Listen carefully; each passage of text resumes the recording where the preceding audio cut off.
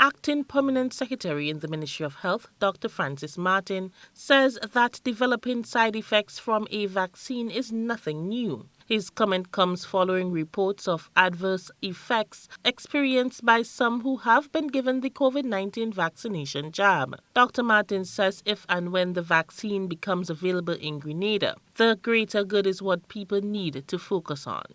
We do expect a certain level, a certain number of people, and that's worldwide in science. That has been there from the beginning.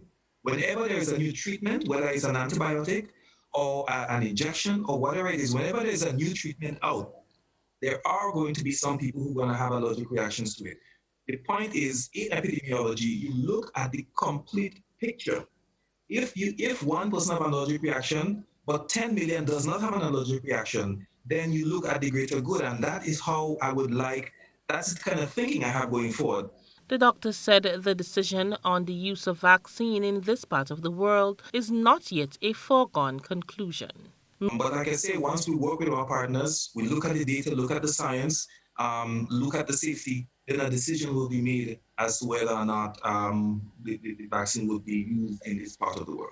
Meanwhile, on the topic of information dissemination to the public, Dr. Martin admitted that there are some major changes to the manner in which information is fed to the local media and, by extension, the general public. In recent weeks, updates on COVID-19 cases have been distributed well into the night. This concern was put to the doctor during Wednesday's To the Point program.